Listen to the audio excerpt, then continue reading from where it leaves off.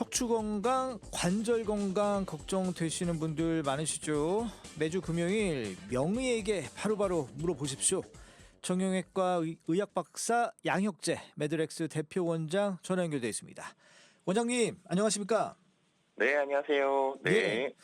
원장님 오늘은 어떤 질병에 대해서 저에게 말씀해 주실 겁니까? 오늘은 우리 어깨만큼이나 또 아주 중요한 우리가 일상생활에서 절대 빼먹을 수 없는 우리 발의 질환 중에 하나인 족저근막염에 대해서 한번 말씀해 보려고 합니다. 예. 요 걸리신 분들 많아요. 네, 그래요. 맞습니다. 네네. 예, 그러면 이 족저근막염 요 궁금하시는 분들 정말 많으실 텐데 저희 불금톡방 게시판 열어놓고 있습니다. 저희 우리 원장님께 질문 주십시오. 단문 50원, 장문 100원이 드는 샵 0999번으로 문자 주시면 저희 양혁재 원장님이 곧바로 궁금증 해결해 주실 겁니다. 그래요. 그 원장님, 그 족저근막염 이 질환 걸리신 분들은 당연히 아시겠지만 이거 모르시는 분들을 위해서 이거 어떤 질환인지 설명 좀 부탁드릴게요.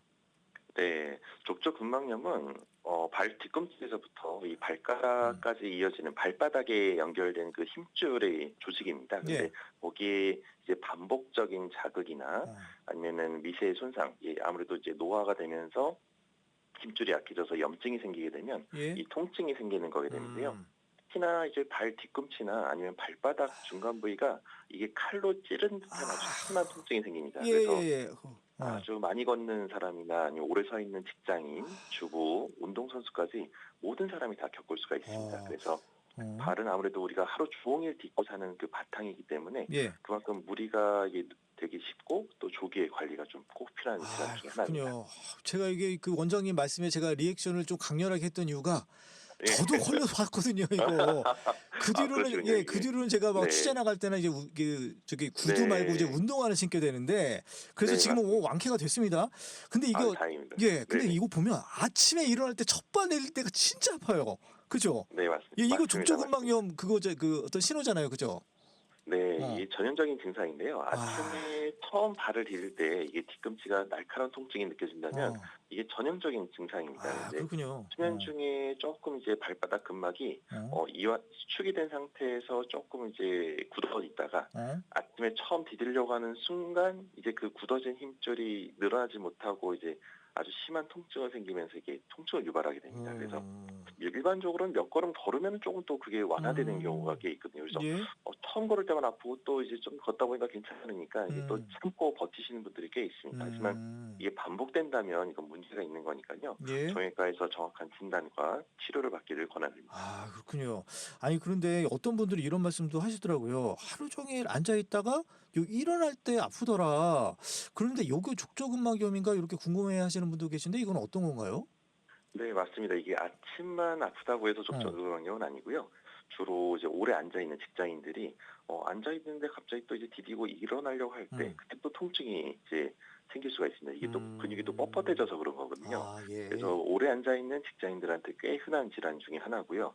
이제 계속 이게 방치하다 보면 아침만 아픈 게 아니라 이제 이렇게 오후에도 하루 종일 계속 통증이 이어질 수 있으니까 되도록이면 병을 키우지 않고 오시는 것이 중요합니다. 네. 그렇군요. 아니 이 족저근막염을 또 예방하기 위해서 어떤 분들은 걷기 운동 되게 꾸준히 매일매일 하시는 분인데 이분도 오히려 막 그 좀 발이 아프다. 그래서 병원에 갔더니 족저근막염이다. 뭐 이런 증상을 받았대요. 예, 왜 그런 맞습니다. 거예요? 이게 족저근막염은 힘줄 염증이기 때문에요. 뭐든지 이제 힘줄은 과하게 쓰면 병이 됩니다.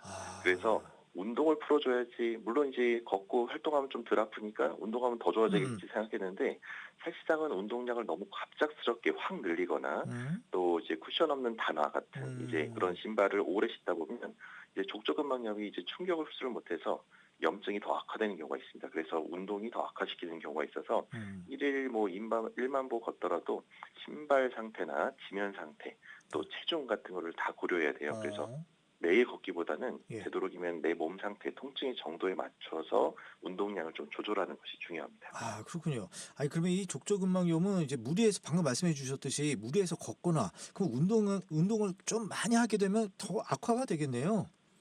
네, 맞습니다. 아무래도 발을 혹사시키는 습관이 가장 안 좋은 습관인데요. 주로 이제 잘못된 신발, 좀 너무 딱딱한 단화나 좀 이쁜 신발을 신다 보면, 구두 같은 걸 딱딱한 신발을 신다 보면 좀 더 악화시키는 경우가 꽤 많고요.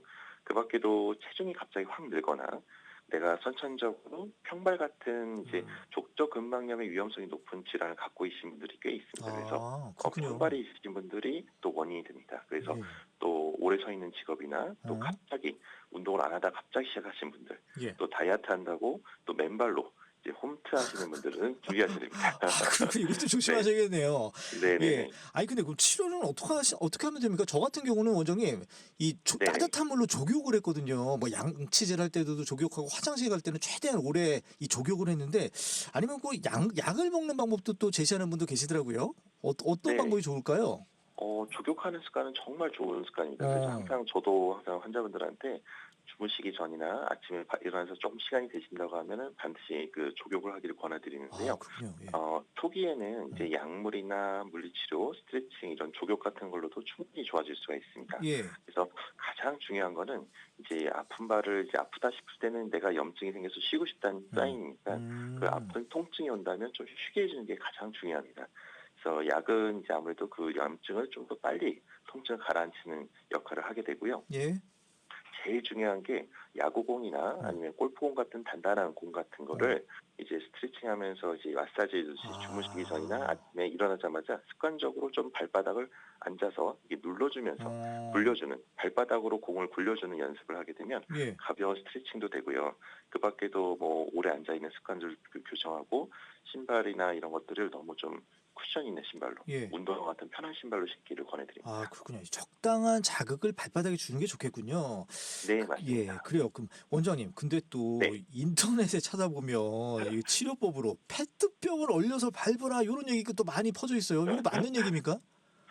요거를 이렇게 잘 판단하셔야 어. 되는데 좀 이제 이게 얼음 페트병을 이제 얼어서 그러니까 아까 얘기했듯이 제가 뭐 골프공이나 야구공 같은 걸 눌러주면 좋다고 했잖아요. 예, 예. 그러니까 마찬가지로 페트병은 좀 이제 단단하진 않아서 좀 마사지 효과는 좀 떨어지긴 하는데 이게 또 괜찮은 민감요법 중에 하나입니다. 근데 그래요? 주로 하는 시기가 어. 이제 운동을 하고 나서 발바닥에 이제 통증이 오고 활동을 많이 하자마자 통증이 온다.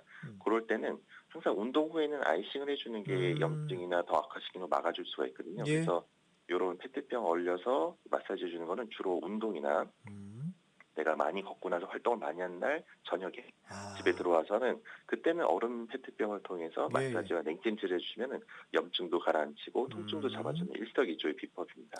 하지만 이게 이제 안 쓰다가 내가 이제 별로 운동을 활성화하지도 않는데 너무 아프다. 이럴 때는 솔직히 냉찜질보다는 온찜질이 더 좋습니다. 네. 그렇군요. 예, 네. 예.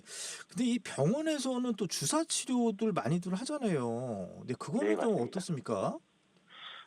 이게 이제 웬만하면 이제 발바닥이 엄청 예민한 조직이거든요. 예. 우리 손바닥, 발바닥은 감각 센서가 엄청 예민하기 때문에 이 주사도 엄청 아픕니다. 그래서 웬만하면은 이제 주사 치료를 안 하는 것이 예. 좋은데 우리가 진료보다가 어쩔 수 없이 하게 되는 경우는 너무너무 아파하고 예. 만성적으로 통증이 심하신 분들 그런 분들한테는 제한적으로 이제 주사 치료를 하게 되거나 예. 아니면 해외 충격파 같은 물리 치료를 하게 됩니다. 근데 이제 주사는 대부분 좀 스테로이드 주사를 맞는 경우가 꽤 있어서 이 스테로이드 주사를 반복적으로 맞으면 염증은 가라앉힐 수 있지만 일시적이고요. 대부분은 나중에 더 악화되는데 그때는 더 예. 심해져 있는 경우가 꽤 있습니다. 그래서 되도록이면 주사는 많이 맞지 않는 것이 좋습니다. 예, 예, 그렇군요. 아니 지금 문자 하나 들어와가지고 요거 좀 원장님께 질문 드릴게요. 2087번이 문자 주셨어요. 네. 저는 야외 활동을 많이 합니다. 족저근막염을 예방하려면 평소 어떻게 해야 합니까? 이렇게 문자 주셨습니다. 아무래도 야외 활동을 많이 하시는 분들한테 가장 중요한 좋은 방법은 편안한 신발, 좋은 신발을 선택하는 겁니다. 예. 이 좋은 신발이라는 거는 이 쿠션이 있고 또 신발 모양마다 약간 다른데 이 미디어 안쪽에 그 아치를 지지해 줄 수 있는 볼록 튀어나오는 깔창 있잖아요. 예. 그런 신발을 신어주면 훨씬 더 발이 편해지고 이게 이제 족저근막에 이완이 되기 때문에 좋은 쿠션 있는 신발을 신기를 권해드리고요. 중간중간에 오래 걸을 때는 계속 걷지 않고 중간엔 잠깐 쉬어서 발바닥 스트레칭도 해주고 쉬었다가 하는 이런 습관을 하는 것이 좋습니다. 특히 또 아침에 일어나기 전에 침대에서 가볍게 발목을 돌리거나 발바닥을 눌러주는 습관처럼 해주시면 예. 그런 예방에 큰 도움이 될 겁니다. 그렇군요. 원장님 끝으로 이 발바닥 통증으로 고민하시는 우리 청취자분들을 위해서 좀 한 말씀 부탁드릴게요. 네. 족저 근막염은 이 걷는 즐거움, 이 정말 우리가 이제 이렇게 날씨 좋거나 몸 좀 건강하게 챙기려고 할 때, 예. 운동 좀 해보려고 할 때, 아, 이 즐거움을 앗아가는 아주 고약한 질환입니다. 그래서 예. 초기에 이제 이거를 통증을 무시하지 마시고 초기에 발견해서 꾸준히 관리 잘하고 이렇게 좋은 방법으로 스트레칭도 하면서 하다 보면 이 주사나 이런 치료 없이도 얼마든지 회복할 수가 있습니다. 그래서 무리하게 초기 증상을 좀 참지 마시고 통증이 반복된다면 병원에 빨리 들려서 확인받고 치료받기를 권해드립니다. 여러분의 발바닥 또 평생 함께할 동반자잖아요. 그래서 오늘부터라도 관심을 갖는 게 회복의 시작입니다. 네, 알겠습니다. 네, 원장님 오늘 말씀 감사합니다. 네 감사합니다. 네, 지금까지 양혁재 원장이었습니다.